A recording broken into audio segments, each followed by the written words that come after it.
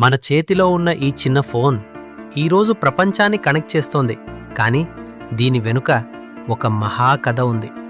ముగ్గురు ఉద్యోగులతో స్టార్ట్ అయిన చిన్న దుకాణం ఈరోజు ప్రపంచాన్ని మార్చేసిన ఎలక్ట్రానిక్స్ ఎంపెరర్ అయింది.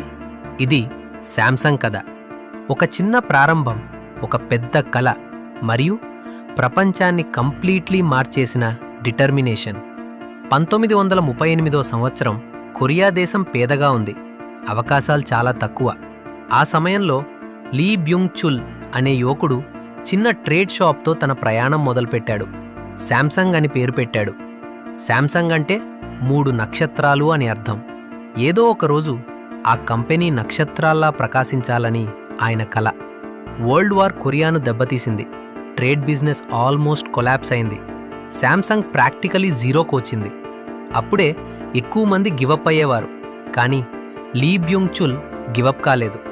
ఫెయిల్ అవడం తప్పు కాదు, ఆగిపోవడమే తప్పు అన్న మెంటాలిటీతో తిరిగి నిలబడ్డాడు.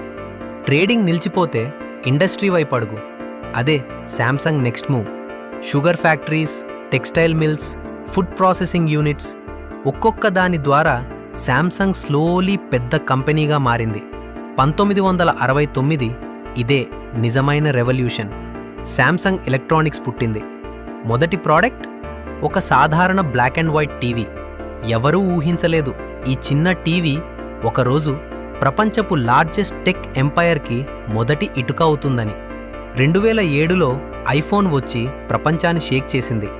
నోకియా, బ్లాక్బెర్రీ, చాలా కంపెనీలు కూలిపోయాయి. కానీ శాంసంగ్ మాత్రం ఫైట్ చేసింది. మొదటి గ్యాలక్సీ ఫోన్ రిలీజ్ చేసి డైరెక్ట్గా యాపిల్ని ఛాలెంజ్ చేసింది.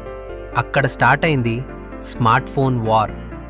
శాంసంగ్ సక్సెస్కి 3 రహస్యాలున్నాయి. ప్రతి బడ్జెట్కి ఒక phone, poor, middle class, premium అందరికీ ఒక మోడల్. కాంపోనెంట్స్ కూడా తనే తయారు చేయటం.